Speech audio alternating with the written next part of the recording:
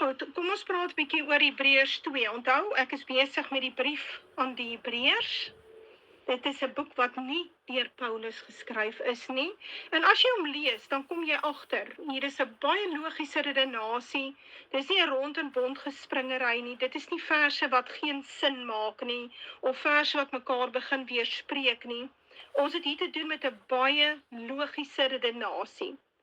Die man wat hierdie brief geskryf het 'n baie goeie insig gehad in die werking van die Ou Testament en in die evangelies, in die getuienis wat hy ontvang het van die 12 apostels. So, daai is 'n baie belangrike ding wat ons moet verstaan. Hebreërs is nie deur Paulus geskryf nie, dis nie sy skryfstyl nie. Dit is daai vreeslike ek en ek is so belangrik en wat van myself en ek is 'n victim. Jy kry dit glad nie in Hebreërs nie. Inteendeel, Hebreërs is baie gefokus op die wet en die profete en hoe Jesus by hierdie groot ou Torah van die Ou Testament inpas. Hoe pas Jesus Christus in? Hierdie persoon wat gebore is uit 'n vrou en groot geword het en hy het baie wonderwerke gedoen en getuienisse gelewer en hy het homself die seun van God verklaar en daarvoor is hy gekruisig en hulle sê hy het opgestaan. Hoe pas hierdie hele inligting in met die Ou Testament? Want hulle het 'n probleem gehad om die Ou Testament met die Nuwe Testament te versoen. Hierdie evangelies wat na vore getree het in die tyd van Jesus Christus, Yeshua die Messias.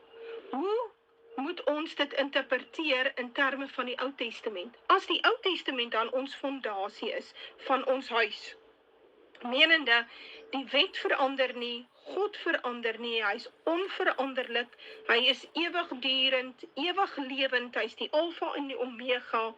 So, hoe moet ons hierdie Nuwe Testament dan nou, hoe moet ons dit verklaar? Reg, en dit is hoekom Hebreërs geskryf is. Daarom moet jy Hebreërs op die punte van jou vingers ken.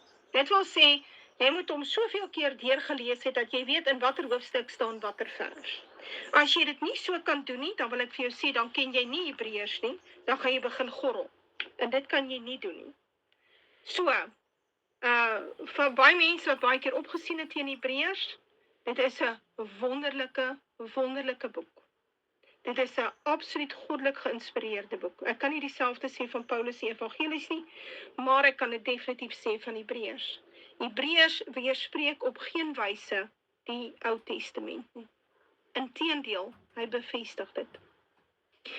Nou ja, ek het met julle Hebreërs 1 gedoen, en toe het ek vir julle verduidelik, die hele Hebreërs 1 gaan daaroor om vir ons te verduidelik dat God mens geword het.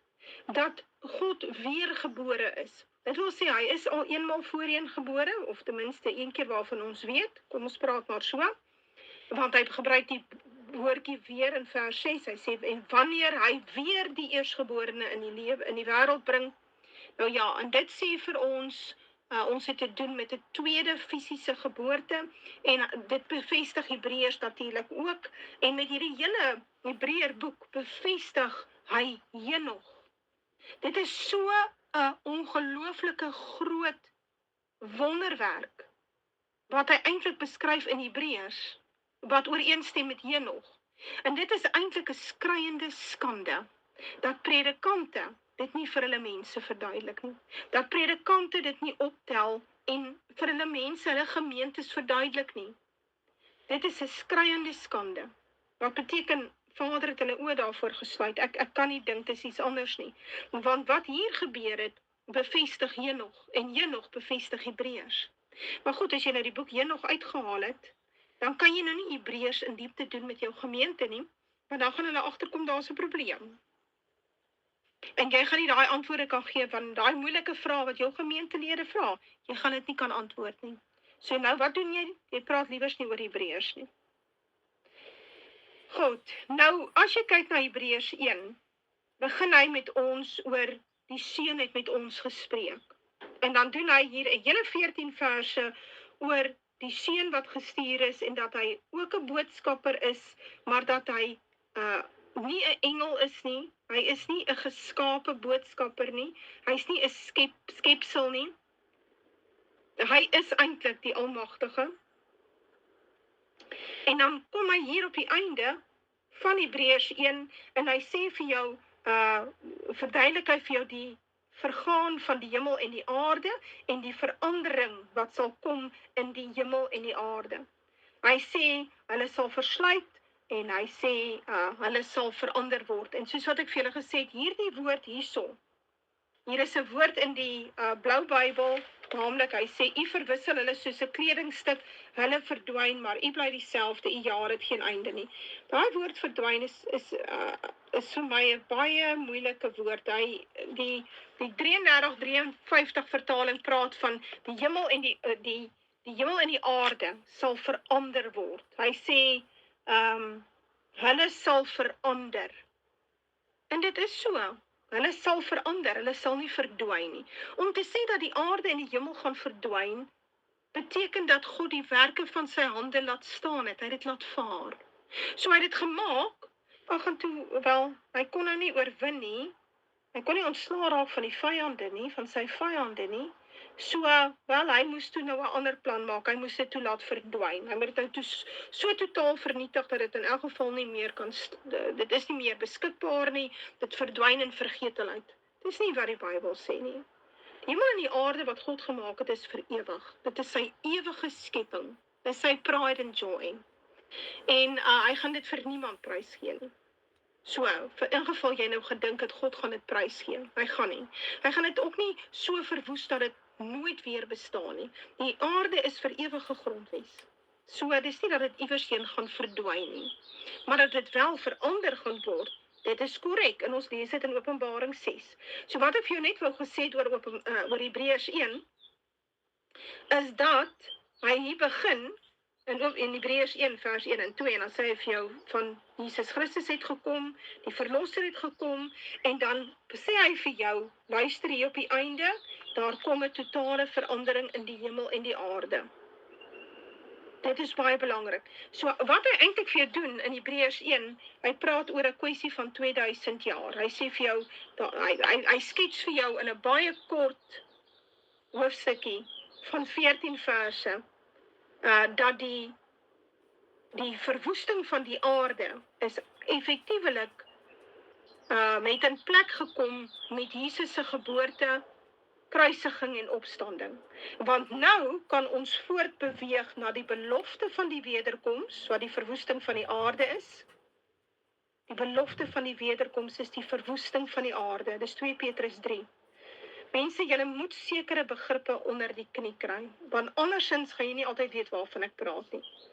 En die verwoesting van die aarde is die sekere teken dat die herstel van Israel plaasvind en dat ons dan nou op pad is na 'n Armagedon situasie. Dit wil sê ons herstel Israel word 'n sterk koninkryk en hier baie jare later, baie honderde jare later, dan kry ons dat daar 'n optrek is na hierdie Israel volk toe, hierdie Israel koninkryk wat herstel is nie die Midde-Ooste nie, is hier in Suid-Afrika, en dan het ons 'n Armagedon situasie. So Openbaring 6 het die verwoesting van die aarde, en as jy mooi gaan kyk, Openbaring 11 en Openbaring 19 het Armagedon. Dis baie hoofstukke uit mekaar uit. Ou moet mooi begin verstaan wat in jou Bybel aangaan. Dis hoekom ek weer die Openbaring leringe geplaas het. As jy nie weet ek het dit gedoen nie, jy weet nie waarom ek kry nie, of jy's 'n nuweling, dan moet jy vra. Daar is groepe op Telegram waar ons hierdie goed gestoor het. Ek het dit vir julle probeer stoor, dat in die donker tye julle tyd het om te luister en te leer. En dan gaan jy sommer verstaan, ons is dis 'n storm in 'n teekoppie waarin ons ingaan. Ja, dit is 'n baie groot verdrukking, maar daar's baie meer mense betrokke as wat daar was 2000 jaar terug. So, of wat daar was in Genesis 6. So, ons praat van 'n baie groot verdrukking, omdat soveel meer miljoene gaan sterf. Dit is waar. Maar is 'n baie kort tydperkie waarin dit afspeel. Dis effektiewelik 'n storm in die teekoppie, en as jy dit wil oorleef, moet jy op die regte plek wees op die regte tyd. En hy doen dan die oproep ook in die Ou Testament. Hy sê, steek op die manier, vlug na die berg Sion, op die berg Sion sal daar ontkoming wees. En dit is nie in die Midde-Ooste nie. Die berg Sion is die boerevolk, en daar waar die boerevolk by mekaar kom, daar ontvang ons dan die berg Sion. Dit is effektiewelik wat ons gebruik, wat ons word die berg Sion, in die sin dat ons by die ware geloof uitkom, en dit sal ons nou sien in die volgende aantal maande, wanneer die situasie in Suid-Afrika begin kritiek raak. Goed, nou kom ons by Hebreërs 2 uit. Nou Hebreërs 2 het ook 'n hele aantal inligting wat hy ook weergee. En is altyd belangrik om te kyk, wat wil hy nou eintlik vir jou gesê het? So kom ons lees. Nou sê hy, daarom moet ons des te meer ag gee op wat ons gehoor het, dat ons nie miskien wegdrywe nie. So in hier in vers 1 sê hy vir jou, hy het gehoor. Hy het gehoor. Reg. En die vraag is, by wie het hy gehoor? Het hy by Paulus gehoor, of het hy by die 12 apostels gehoor? Dan lees ons by vers 2, want as die woord deur boodskappers gespreek onwankelbaar was, en elke oortreding en ongehoorsaamheid regverdige vergelding ontvang het. Was dit so? Is die oortredinge en die ongehoorsaamheid, is dit regverdig vergeld? As ons kyk na die Ou Testament, ja. Die Bybel sê die straf bly nooit uit nie. So, daar's altyd maar straf teenwoordig. So, dit is wat hy vir jou sê. Dan gaan hy verder, dan sê hy, hoe sal ons ontvlug as ons so 'n groot verlossing verontagsaam, wat, nadat dit eers deur die meester verkondig is, aan ons bevestig is deur die wat dit gehoor het. So by wie hoor hy sy inligting? Hy hoor dit by die 12 apostels. Hy hoor dit nie by Paulus nie. Paulus het nie by die meester se voete gesit nie. Paulus het nie die evangelie geleer by die meester se voete nie. Paulus se claim to fame is dat hy 'n openbaring iewers gehad het, en op 'n manier het God vir hom inligting gegee. Weet jy of hy dit ingeplant het op sy brein of wat ook al nie, maar dit is Paulus se totale redenasie, en dit is hoekom ons sê, maar daar is groot fout met die Paulus evangelie, want dit stem nie ooreen met die evangelie wat die apostels gehoor het by die meester nie. En as jy luister, as jy nou Hebreërs baie goed op die punte van jou vingers ken, dan kom jy agter dat wat hy hier sê, bevestig die Ou Testament en bevestig die Jesus evangelies. Wat beteken?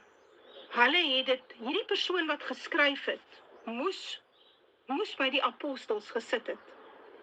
Iewers het hy toegang gehad, of 1 of 2 of 3 apostels, of hy was in 'n gemeente waar hierdie dinge bespreek is, en hy het dan hierdie kennis by hulle gehoor. En hulle het dit by die meester gehoor. So ons weet onmiddellik met wat het ons te doen. Dan vers 4. Kom ons kyk.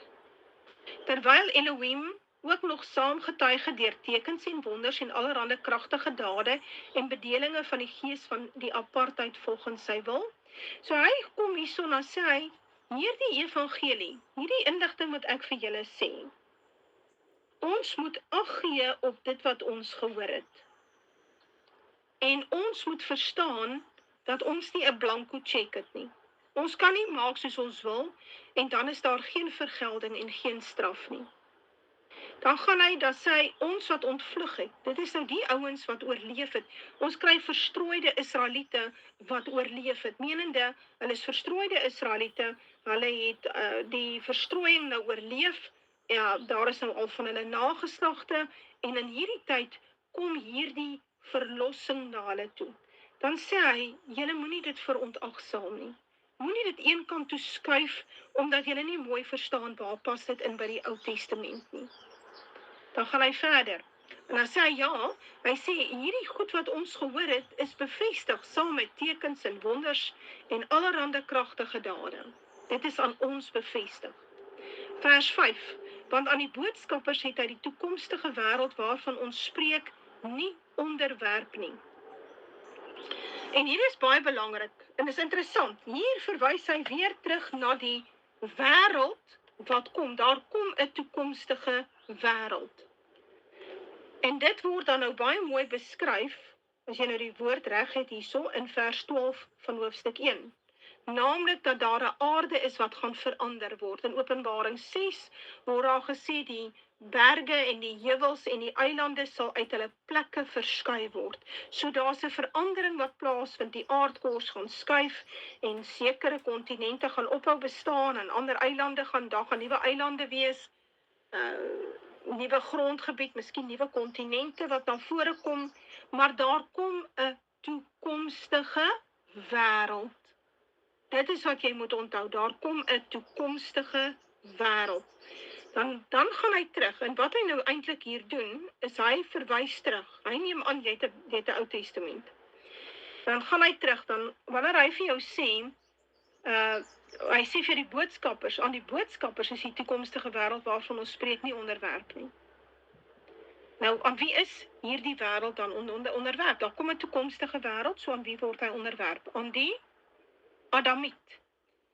Dan sê hy, maar iemand het ergens getuig en gesê, wat is die Adamiet dat u aan hom dink?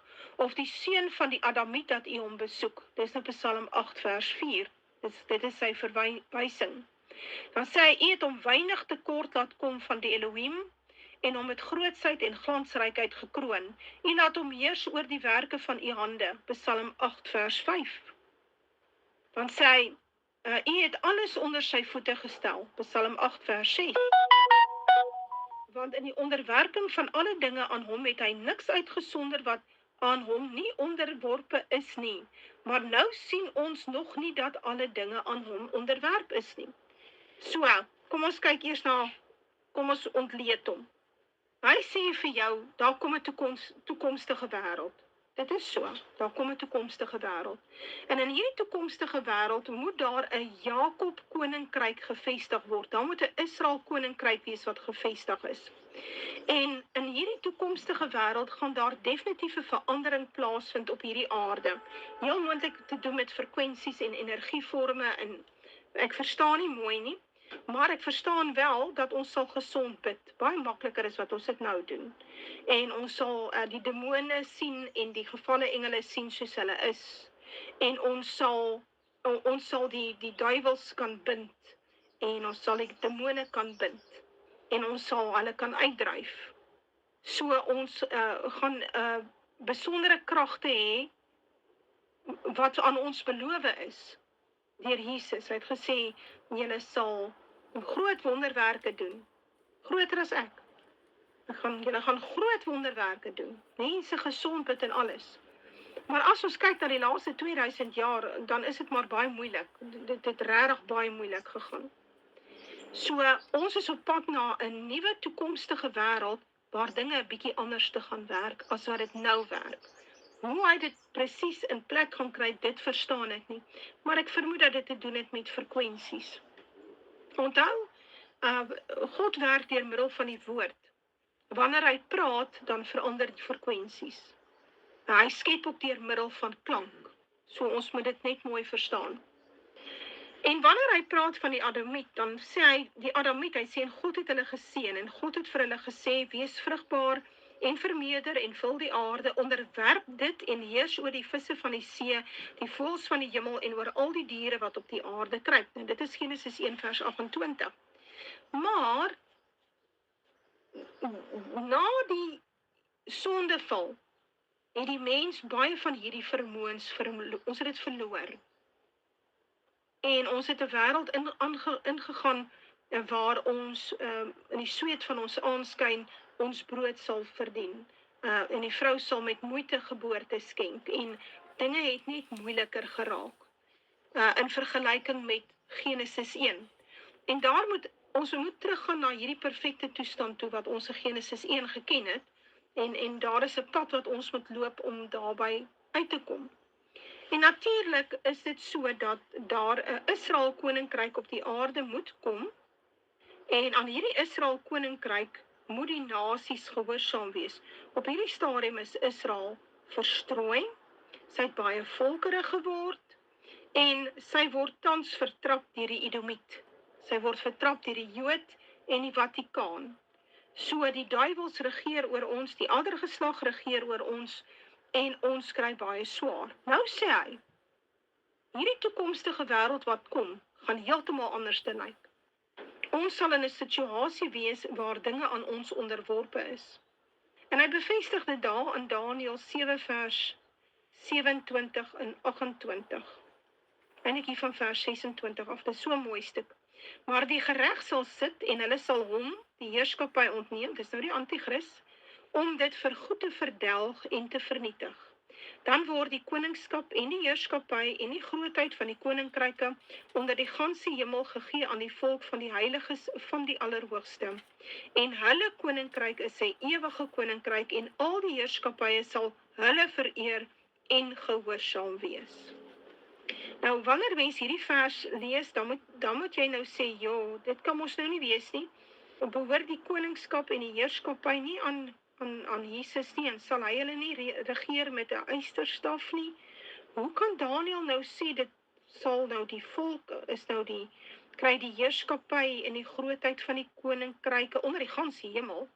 En dan sê hierdie volk is nou 'n ewige koninkryk, en al die heerskappye sal hulle, dis nou die volk, vereer en gehoorsaam wees. Hoe kan hy dit dan nou sê?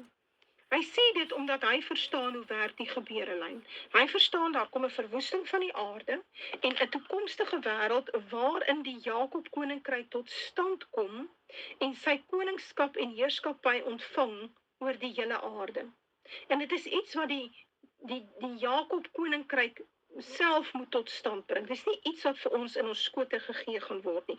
So ons gaan nie een môre opstaan en dan Jesus nou uit die hemel uit neergedaal, dan het hy nou al ons vyande verslaan en die koninkryk gevestig nie. Dit gaan nie so werk nie. Hy soek in hierdie tyd dat ons hierdie letterlike oorname maak van die wêreld. Ons moet dit self doen. Hy sal ons in staat stel. Hy sal vir ons die skaakstukke en die pionne op die skaakbord skuif.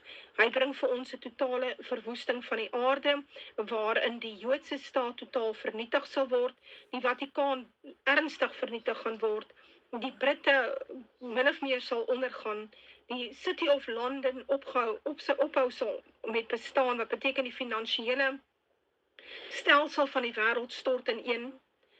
Amerika sal nie meer daar wees om die wêreld se polisieman te wees nie.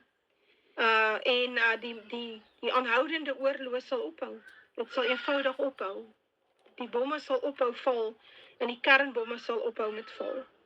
En die jets sal ophou vlieg en die bomme neerskiet en die missiele sal ophou met vlieg. So dan moet so 'n tydperk inkom om 'n herstel te hê van die Jakob koninkryk. Hoe anders moet ons dan 'n Jakob koninkryk herstel? So, ons moet mooi verstaan dat die geleenthede word ons gegee en dan moet ons hierdie koninkryk dan nou self vestig.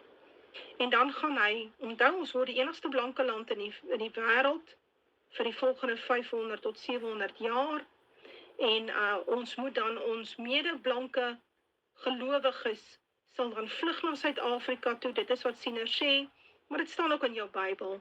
En die wit tente sal nou staan in die Karoo, so baie vreemdelinge sal kom. Die Bybel sê hulle sal ons vee oppas.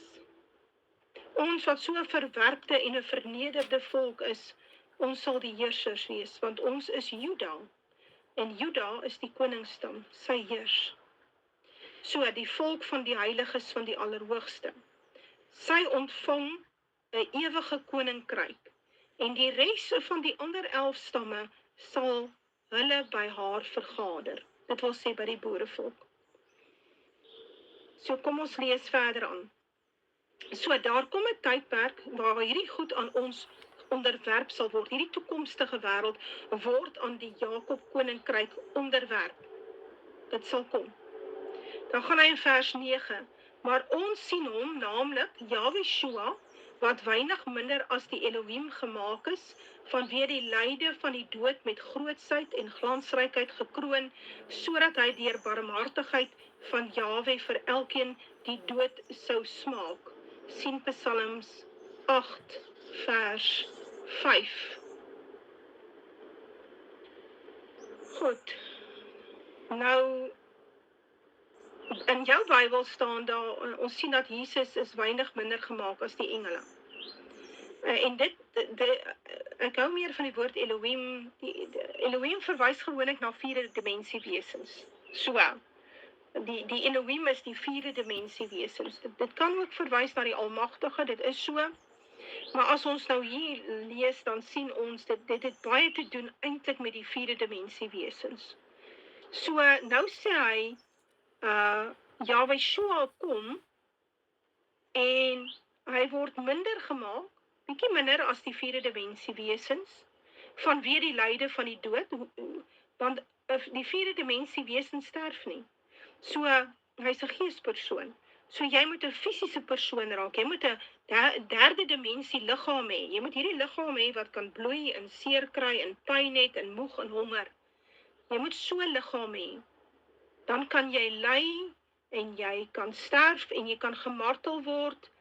Dit is hoe dit werk. So nou sê hy, ons sien hoe Jesus Christus 'n mens geword het, en hy sal die dood vir elkeen sou smaak. Dis nou die elkeen van die uitverkorenes, is nou nie almal nie, elkeen van die uitverkorenes. En Jahwe, dit is 'n barmhartigheid van Jahwe af. Dit wil sê, Jahwe en sy groot genade het dit so beslis, hy het dit so besluit. En dit lees ons in elk geval daar in Psalm 8 vers 5, maar jy lees dit ook in, dink Johannes 3 vers 15 of Johannes 3 vers 16.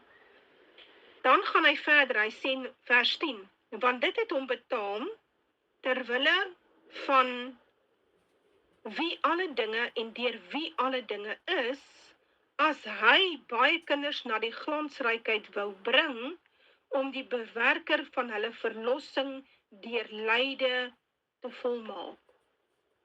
Kom ek lees hom weer. Want dit het hom betaam. Nou wie is die hom? Dis die Seun. Want terwille van wie alle dinge en deur wie alle dinge is. Deur wie is alle dinge? Hy sê dit hier in Hebreërs 1.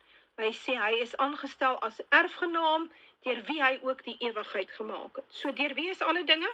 Deur Jesus Christus, Yahweh Shua, deur die Seun. Ons kan sê die Seun. Goed. As hy baie kinders na die glansrykheid wou bring, as hy baie kinders wou red, en hy wou 'n bewerker van hulle verlossing word, dan moet hy dit doen deur middel van lyding en dood. Daar moet 'n bloedvergieting plaasvind, daar moet 'n marteling plaasvind, daar moet 'n dood plaasvind. Daar is nie 'n ander manier om 'n bewerker te word van die uitverkorenes nie. Jy kan nie vir hulle 'n verlossing bewerkstellig. Nee, jy kan dit nie doen nie. Jy kan dit net doen deur middel van hierdie dood en lyding wat Yahweh Shua, wat Jesus Christus dan nou deur moes gaan. Hy probeer dit vir hulle verduidelik. Dan gaan hy by vers 11. Goed, hy sê vir jou in vers 11, want hy wat apartheid ingestel, want hy wat apartheid instel, sowel as hulle wat apart gestel word, is almal uiteen. Om hierdie rede skaam hy hom nie om hulle broers te noem nie. En die verwysing hier is Johannes 20 vers 17 en Matteus 25 vers 40. Maar as jy nou mooi verstaan wat hy vir jou verduidelik het, kyk, hy het nou vir hulle verduidelik dat hier 'n verlossing is, en dat ons nie hierdie verlossing sommer net een kant toe kan stoot nie. Dan gaan hy verder, dan sê hy, hierdie verlossing is aan ons vertel deur die wat direkte getuies was van Jesus Christus se lewe op aarde en sy wonderwerke en sy leringe wat hy gehad het, sy evangelie. Hierdie mense by wie hy sy inligting gekry het, hulle was getuies. Hy sê ons kan dit nie net een kant toe skuif en sê maar dis nie belangrik nie. Dan gaan hy verder, dan sê hy daar kom 'n toekomstige wêreld. En om by hierdie toekomstige wêreld uit te kom, moet daar 'n verlossing plaasvind. daar moet 'n verlossing in plek kom vir die uitverkorenes. En om dit te doen, moet God mens raak en deur middel van sy menswees en sy dood, moet hy 'n verlossing bewerkstellig. En dan probeer hy vir jou verder verduidelik, dat die verlossing is net vir die uitverkorenes. So hy sê, hy wat apartheid instel, ek dink, kom ons kyk wat staan in jou Hebreërs, in die Hebreërs 2, kom ons kyk Hebreërs 2, vers 11, kom ons kyk hierso, want hy wat heilig maak, sowel as hulle wat geheilig word.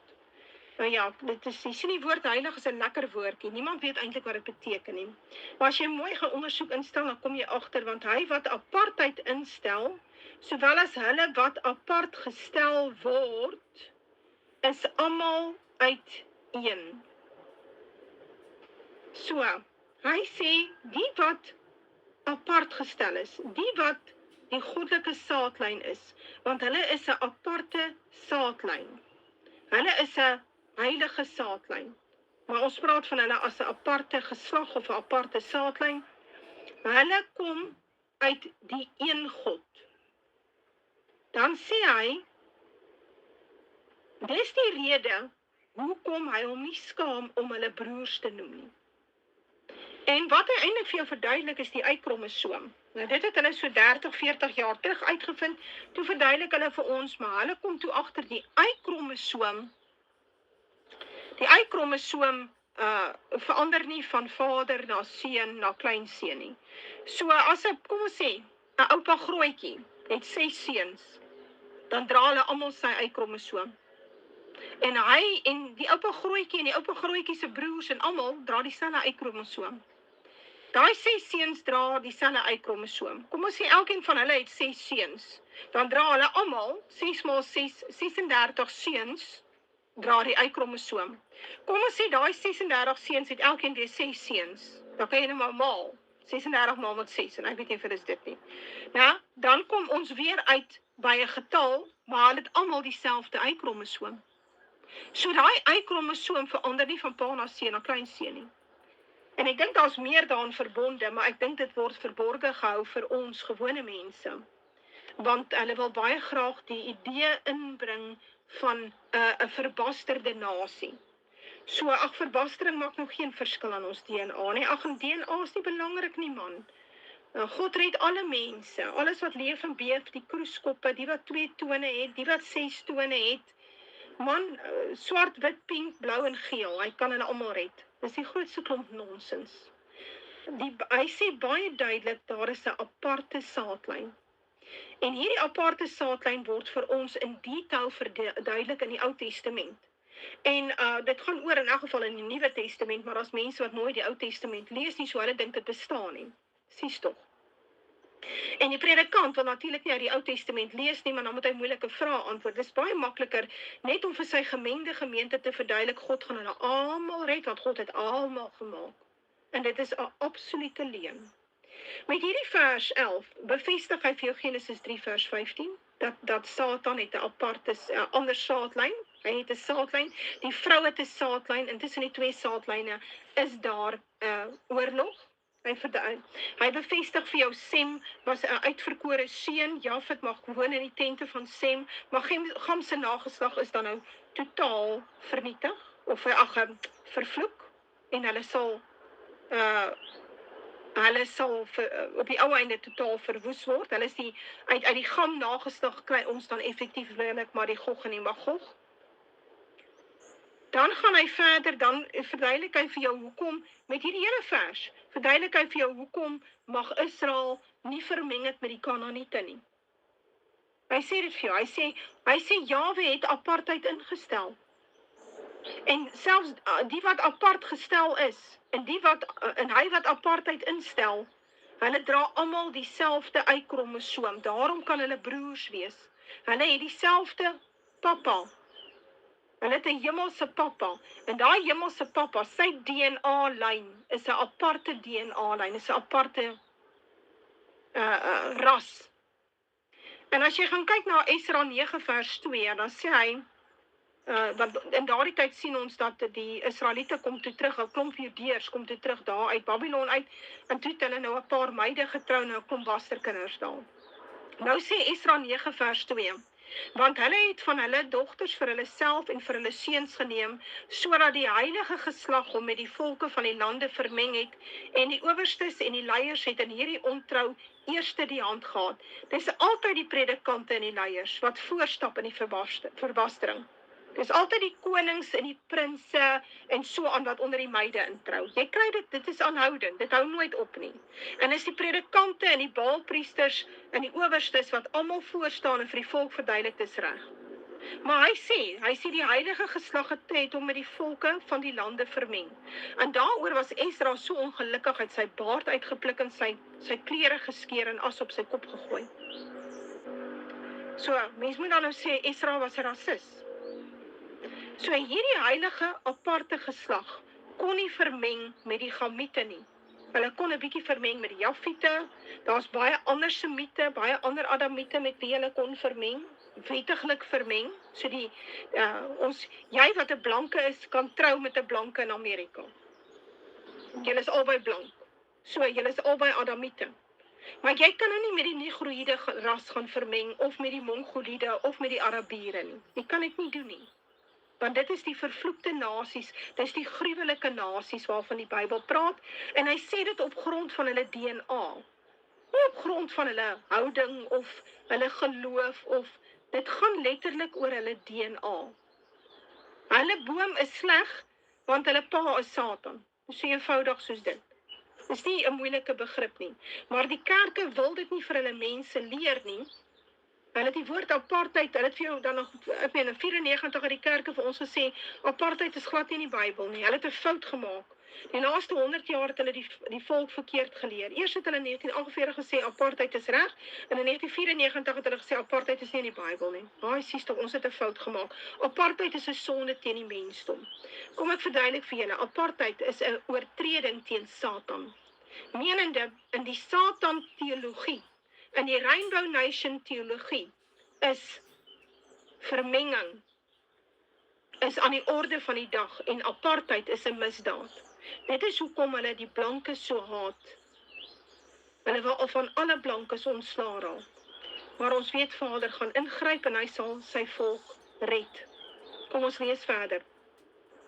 Vers 12, dan sê hy, wanneer hy sê, ek wil u naam aan my broers vertel, in die midde van die vergadering sal ek u prys. Psalm 22 vers 22 is die verwysing. En is interessant, hy haal hier direk uit die Ou Testament uit aan. En hy gaan daarop, hy sê, die naam van Jahwe word in die midde van die broers. Dit wil sê, die wat dieselfde DNA deel. Aan hulle word die naam verkondig.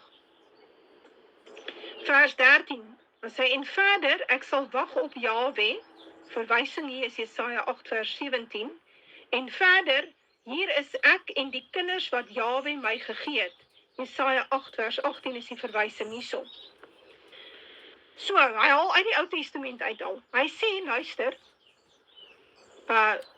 hier het ons te doen met 'n aparte geslag vir wie daar 'n redding moet kom, en hier is 'n man gebore, en hy was die seun van God genoem, asowel die seun van Adam, en hy het die naam van Jahwe geprys, en hy het dit in die midde van die broers vertel, en hy het aan hulle die evangelie verkondig, wat in elk geval reeds in die Ou Testament van gepraat word. Wat is hierdie evangelie?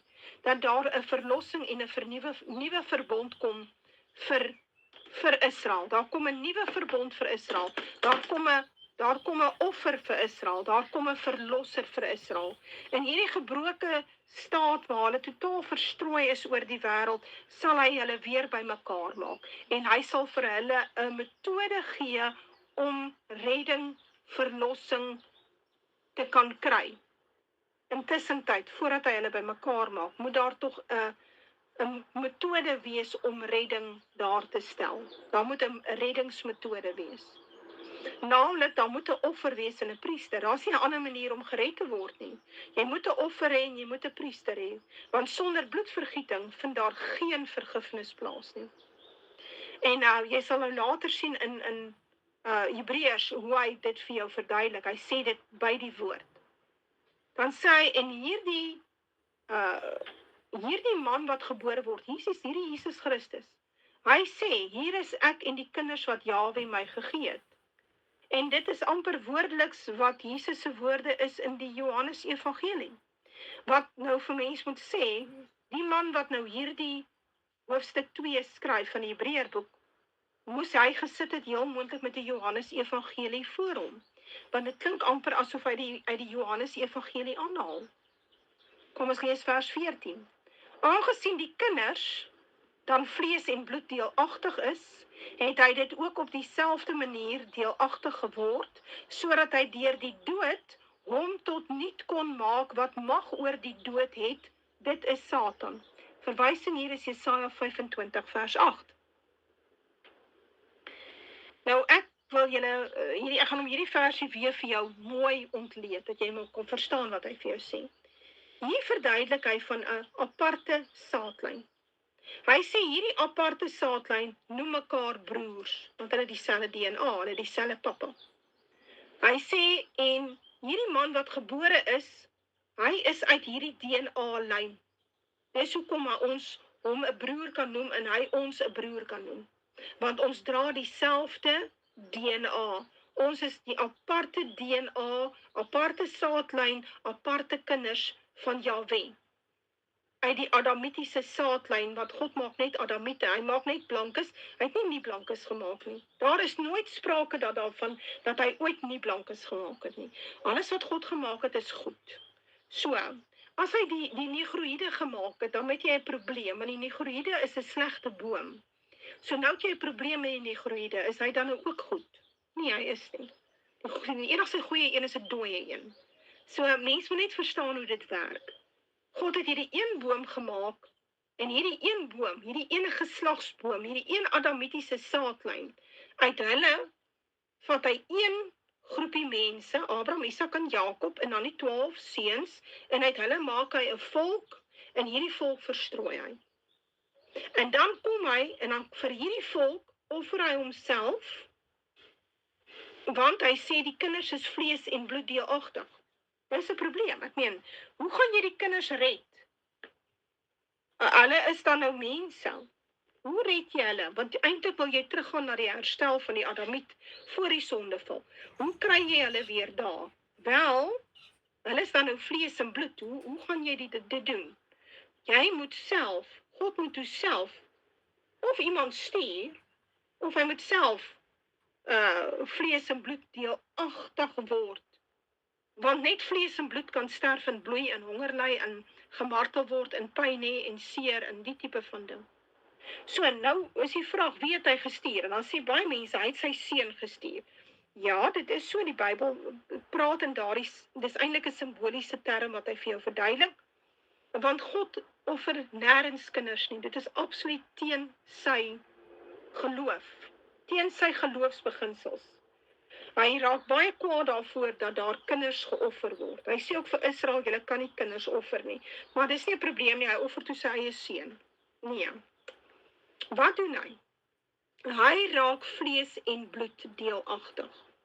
Dit is wat hy gedoen het. En ons sien dit, hy sê hierso, ons sien dit weer, hy probeer dit vir jou verduidelik. Kom, ek gaan dit nou vir jou sê, vers 10. Hy sê, want dit het hom betaam, terwille van wie alle dinge en deur wie alle dinge is. As hy baie kinders na die glansrykheid wou bring, om die bewerker van hulle verlossing deur lyde te volmaak. Daar sê hy dit vir jou. Die skepper van alle dinge. Dis nou nie pastors nie, onthou? As deur verbastering kan ons GMO medies maak en GMO graan en ons kan vir 'n tamatie visgene in plant en dan kan die tamatie langer hou in die yskas. Maar dan sit nie meer 'n suiwer tamatie nie, dis 'n verbasterde tamatie. Verstaan julle? En God haat verbastering. Die genetika lyn is van so 'n aard dat verbastering kan gebeur. Dit is so. Ons sien dit reeds in Genesis 6. En die laaste 7 superpowers is gebou op 'n melting pot. So hulle werk alles op 'n verbasteringsstelsel. Die Rainbow Nations word oral ingevoer. Ons is die laaste een. Ons het in 94 deel geword van die Rainbow New World Order. En dit laat Vader nie toe nie. Hy sê hy haat 'n baster. Geen baster kan in sy vergadering kom nie. Hy werk met suiwer spesies. Dit gaan lees dit maar in die Ou Testament. So hy sê, die kinders was vlees en bloed deelagtig, so God moet ook deelagtig raak aan vlees en bloed, sodat hy kan sterf, en dan kan hy, die een wat mag het oor die dood, dit is Satan, en almal kon bevry wat hulle hele lewe lank uit vrees vir die dood aan slawerny onderworpe was. Nou, ja, nou wel, Jesus het dood gegaan, en hy het opgestaan, maar ons almal gaan steeds dood. So nou. Hoe kan hy nou sê, hy het die een wat mag het oor die dood tot niet gemaak, dit is Satan. Satan is nou eers los, gaan lees daar in Openbaring 12. Hy sê, Satan het aan die aarde toe neergedaal met groot woede, want hy weet sy tyd is min. So, Satan is nie tot niet gemaak nie, en die dood nog minder, ons almal gaan dood, dit is 2000 jaar later, en almal sterf. Soms is daar miljoene wat sterf op een slag, en partymal is dit minder, maar ons sterf almal. Sommige ouens sterf op 80, ander sterf op 15. Ons sterf steeds. So wat probeer hy vir jou verduidelik? En dit is eintlik ook 'n tipe van 'n verborgenheid wat die predikante heeltemal hulle dit uit hulle evangelies uit hulle preke uitgeskryf. En ek het 'n baie breedvoerige lering daaroor gemaak. En dit is oor die doderyk. As ons mooi verstaan van die doderyk, dan gaan ons verstaan wat hy vir ons hierso sê. Dit gaan daaroor dat in die ou tyd, met die sondeval, toe daar 'n sondeval plaasgevind het alle Adamiete wat gesterf het, is gekanaliseer. Daai gees van die Adamiet, want dit kan nie sterf nie. Al sê die Adventiste kerk wat ook al, die gees van die Adamiet behoort aan God, dit kan nie sterf nie. Dit is 'n deel van God wat hy vir ons gegee het, dit kan nie sterf nie. So daardie geeste van die Adamiete is waar. Hulle sit in die doderyk.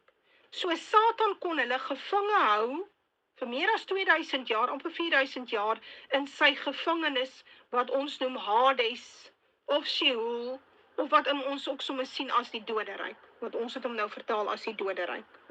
Dis is vir my 'n baie mooi woord. Dis die ryk van die dodes. En daar sit hulle, die Bybel sê, en hulle wag vir 'n uitkoms, want daar is 'n belofte dat God hulle daar sal verlos. So hy het hulle nie daar vergeet nie. En nou beweeg Vader aan nie, glad nie. Hy het kom leef en kom sterf, en ek dink is waar die evangelie van Nikodemus so pragtig inkom, want hy verduidelik dit vir jou. Maar dis ook nou nie in jou Bybel nie, dit het hulle toe nou ook uitgehaal. Hulle is heeltyd besig, omdat hulle nie aan die verse kantore nie mense, haal hulle die boeke uit. So is baie makliker net om die boek uit te haal.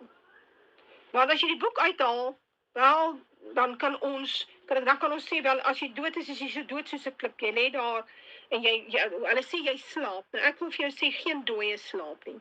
Sy liggaam verrot, en daar bly van hom niks oor nie. As hy nie in 'n kus is nie, wel, dan verrot sy liggaam en word deel van die aarde. Dit is so eenvoudig soos dit. Miskien kan jy 'n kus oopmaak 100 jaar van nou, of dan gaan jy nog 'n ou daar kry. Maar dit is gewoonlik ook net bene. En as 'n ou vir jou vertel, daai ou slaap, dan moet jy daai ou ernstig bevraagteken, want ons weet almal hoe lyk 'n slapende persoon. Wat die Bybel bedoel is, die persoon is in rus. Dis eintlik wat hy bedoel. Jy rus van jou werke. Dit is wat hy vir jou probeer sê. En daardie rus is dan wat ons noem 'n dood. Maar in die tyd voor Jesus Christus is al hierdie dooies, regverdiges sowel as onregverdiges, Adamiete, nie ander nie, die Adamiete, dan is af na die doderyk toe. Satan het die mag gehad om daardie gees te vat. Hy kon hom vat, en hy kan hom gaan bære en stoor in die doderyk. Maar binne in die doderyk was daar aparte plekke vir die regverdiges en die onregverdiges, en dit lees ons baie duidelik in Henog, maar hulle het Henog ook uit jou Bybel uitgehaal, sien, so nou weet jy ook nou nie mooi hoe dit werk nie. Maar ons sien sulke klein stukkies oor die doderyk en bietjie van die doderyk se werking sien ons in byvoorbeeld Judas 1 vers 9. Hy sê, maar toe Michael die aartsengel met die duiwel in woordestryd was oor die liggaam van Moses, het hy geen oordeel van lastering durf uitspreek nie, maar het gesê, die Here bestraf jou. En nou moet 'n ou die vraag vra, hoe is dit nou moontlik dat die engel en Satan 'n stryd het oor die liggaam van Moses? Nou wat gaan nou hier aan? En dit het te doen met, dit is nie dat ons sit met 'n dooie liggaam nie. Hulle stry nie oor 'n dooie liggaam nie. Dis Moses staan letterlik daar. En volgens die sondevalwet moet Moses eintlik afgaan doderyk toe. Hy's dood, so hy moet doderyk toe gaan. Maar in die geval is dit baie duidelik dat God ingetree het. En Moses is nie doderyk toe nie. So, hier sien ons dat eintlik eis die Satan sy pond vleis en die aartsengel Michael sê vir hom, nee, met hierdie een gaan jy nou nie regkom nie, hierdie een gaan saam met ons. Al was dit voor Jesus se opstanding. Nou is dit interessant.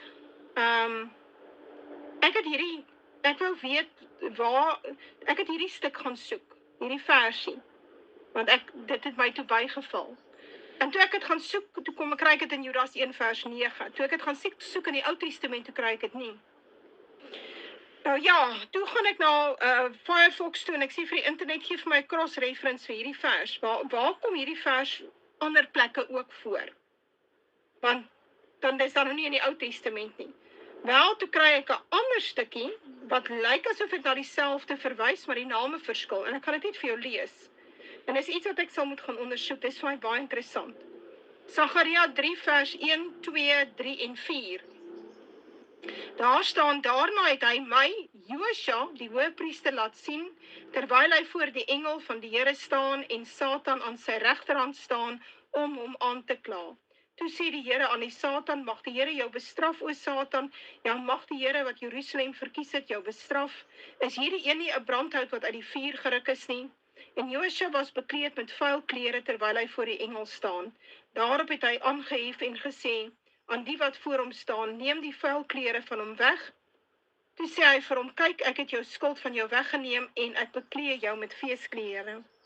So ons het hier 'n geval van Josua, waar daar 'n stryd was oor hom met Satan, en ons het 'n geval van Moses, waar daar 'n stryd was oor sy liggaam tussen Satan en die aartsengel. En hierdie verwysing van Judas 1 vers 9 is nie in jou Ou Testament nie. So, die vraag is, uit watter boek werk Judas 1 vers 9? Waar kry hy sy reference? Na watter verse verwys hy? Onthou ek het vir julle gesê, die Nuwe Testament werk baie keer uit apokriewe boeke en uit die Septuagint uit, en jou Ou Testament kom uit die Masoretiese Hebreëse teks wat dateer uit die 11de eeu, en toe is daar al veranderinge gemaak aan die teks. So hierdie is 'n baie interessante stukkie wat ons sal moet gaan navorsing doen. Waar kom Judas 1 vers 9 vandaan? Want dit is duidelik dat hy dit aanhaal. Kom ons kyk net, daar is nog 'n baie belangrike vers wat hierby aangaan, is Openbaring 1 vers 17 en 18. En hier het ons te doen met Jesus Christus wat verskyn aan Johannes, dan sê hy, en toe ek hom sien, val ek soos 'n dooie aan sy voete, en hy het sy regterhand op my gelê, en vir my gesê, moenie vrees nie, ek is die eerste en die laaste, en die lewende, en ek was dood, en kyk, ek leef tot in alle ewigheid, amen. Ek het die sleutels van die doderyk en van die dood. Jesus Christus het die sleutels van die doderyk en die dood. So wat het gebeur? In daai 3 dae wat hy afgedaal het na die doderyk, want dit is waarin alle Adamiete gaan nadat hulle gesterf het, voor Jesus Christus, het hy die poorte van die doderyk oopgebreek, hy het ingestap, hy het daar met hulle gepraat, die Bybel sê hy die evangelie daar aan hulle verkondig, dit staan in Petrus, dink ek, praat hy daarvan, en die vraag is natuurlik, waar kry Petrus sy inligting, maar oké. En nou, met die gevolg is, hy het toe daardie groep Adamiete, geredde Adamiete, saam met hom gevat, na die plek wat hy vir hulle gereed gemaak het. En nou, nadat Jesus opgevaar het in sy opstanding, As 'n regverdige Adamiet nou sterf, waarheen gaan hy? O, Jesus Christus kom haal hom daar langs sy bed. Daar waar die man sterf, daar is Jesus Christus onmiddellik en hulle kom haal hom en vat hom saam met hulle. Dit is die wonderlike voorreg. Dit is hoekom hy sê, hy het die dood tot niet gemaak. Menende die doderyk vir die regverdige is tot niet gemaak. Daar is nie meer 'n doderyk vir die regverdige nie. Satan het nou net beheer oor die onregverdige Adamiete. Hy kan hulle hou daar. Dit is waarheen hulle gaan en hulle wag daar vir die finale oordeel. Want wie die sleutels? Wel, Jesus Christus het die sleutels. Het hy die sleutels gehad voordat hy gesterf het? Nee. Hy het die sleutels ontvang toe hy gesterf het en afgedaal het na die doderyk. Dit is hoe dit werk. Ons kry dit in Hosea 13 vers 14. Hy sê, uit die mag van die doderyk sal ek hulle loskoop. Die enigste manier hoe God hulle kan loskoop uit die doderyk is om self te sterf. Ek sal hulle verlos van die dood. Dood, waar is jou pestilensies? Doderyk, waar is jou verderf? Berou bly vir my oë verborge. So, ons vrees nie meer die dood nie, want Satan kan ons nie meer kom haal. Ons is regverdige Adamiete en vat na die doderyk toe nie. Ons, as ons nou sterf en ons is 'n geredde, dan gaan ons onmiddellik na Jesus Christus toe. Al die Nephilim nageslagte, hulle siele, hulle geeste is gebonde aan die aarde. Dit verduidelik hier nog ook mooi vir jou. En hulle kan nêrens heen gaan nie. Want hulle is afstammelinge van die gevalle engele.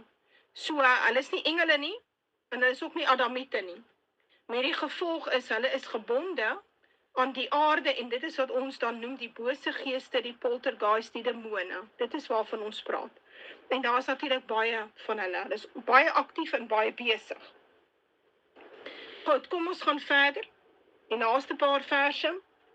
Dan sê hy, vers 16, want waarlik, hy bekommerd hom nie oor die boodskappers nie, maar oor die saad van Abraham bekommer hy hom. Verwysing is Jesaja 41 vers 8 en 9. Nou, wanneer 'n mens hierdie versie lees en jy glo in die Rainbow Nation en die Rainbow Nation evangelie, dan moet jy onmiddellik 'n probleem hê. Want eintlik moet hierso staan, want waarlik, hy bekommer hom nie oor die boodskappers nie, maar oor die wêreld bekommer hy hom. Hy bekommer hom oor almal. Maar dit is nie wat hierso staan nie. Hier staan, hy bekommer hom oor die saad van Abraham, die uitverkore saadlyn. Dit is oor wie hy hom bekommer. Hy bekommer hom nie oor die Ismaeliete en die Edomiete en die Filistyne en die Kusiete en die Gamiete en die Kanaaniete. Dit pla hom nie. By God is hulle irrelevant. Hy bekommer hom oor die saad van Abraham. Vers 17. Daarom moes hy in alle opsigte aan sy broers gelyk word. Hoekom sê hy dit? Sodat ons hom nie kan verwyd iewers in die toekoms. Dan sê ons vir hom, ja, maar jy weet nie hoe is dit om op die aarde te woon nie. Jy verstaan nie hoe swaar is dit nie. Ons kry regtig baie swaar hier. En ons bloei en ons kry honger en ons swaar en ons slaap koud en ja, dit is regtig baie sleg op die aarde. U kan nie ons veroordeel vir ons sondes nie, want u het nog nooit op aarde geleef en u weet nie hoe is dit om 'n mens te wees nie. So daardie argument is uit die weg uitgeruim, want hy het in alle opsigte aan sy broers gelyk geword en hy was steeds sondeloos. Ons moet dit mooi verstaan. Ten spyte van alles wat na sy kant toe gekom het hy binne die wet gewandel en was hy sonder sonde, hy was sonder wetsoortreding. Dan lees ons verder. So hy moes aan ons gelyk word, sodat hy 'n barmhartige en 'n getroue hoëpriester kon wees in die dinge wat in betrekking tot Elohim staan, om die oortredinge van die volk te versoen. Daar staan nie om die oortredinge van die wêreld te versoen nie, of om die oortredinge van die nasies te versoen nie, almal nie. Daar staan om die oortredinge van die volk te versoen. Naamlik hierdie saad van Abraham. Hulle oortredinge word versoen. Dit is vir hulle wat daar 'n hoëpriester en 'n offer is. Dit is nie vir almal nie. As dit vir almal was, moes dit hier gestaan het. Nou staan dit nie hier nie. Ons moet net mooi verstaan. Nou ja, en natuurlik, toe hy saam met ons op aarde gewandel het, en hy dit wil ek amper sê, dat Vader dan kan sê, hy het insig in ons probleme. Hy verstaan, ons moet min of meer 3 keer 'n dag eet, en ons het water nodig, en suurstof, en ons het 'n dak oor ons koppe nodig, ons is nie diere nie. Ons het Ons is anderste as die diere. Ons het langer versorging nodig. Ons raak siek, ons raak oud. So. En dan kan hy mos nou 'n barmhartige en 'n getroue hoëpriester vir ons wees. Hy kan vir ons intree. Ons kan aan hom toe gaan met al ons probleme. Hy was self daar, hy dit ook ervaar. So, eerstens kan ons hom nie verwyd nie, en tweedens het hy met ons simpatie. En dan vers 18, want deurdat hy self onder versoeking gelei het, kan hy die help wat versoek word. En dit is nou die einde van hoofstuk 2, en dit is presies wat ek vir julle sê. Hy het dit alles beleef, en hy was steeds die lam, en hy was steeds sonder wetsoortreding, hy was sondeloos, en hy kan medelee hê met ons in hierdie aardse situasie waarin ons is, waarin ons daagliks blootgestel word. Ons word daagliks blootgestel aan versoekinge, aan Satan, aan die eise van 'n samelewing, aan die onredelike eise wat daar baie keer aan ons gestel word, aan die swak omstandighede waarin ons baie keer blootgestel word. En ons moet leer om met Vader in gesprek te gaan op 'n konstante wyse. En ons doen dit nie noodwendig nie. Dink ons almal is skuldig daaraan, ek ook. Dat ons konstant met Vader in gesprek is, dat ons geestelike ore kan oopgaan, dit is waarvoor ons moet bid, en dat ons baie duideliker die stem kan hoor, agter ons, links of regs, watter kant toe moet ons gaan, sodat Vader met ons 'n pad kan stap in hierdie baie moeilike, groot verdrukking waarin ons reeds is. Nou ja, ek hoop julle dit geniet. Ons praat volgende keer oor hoofstuk 3 van die brief aan die Hebreërs, en ek is Deborah de Rigter, en my nommer is 064 699 6976.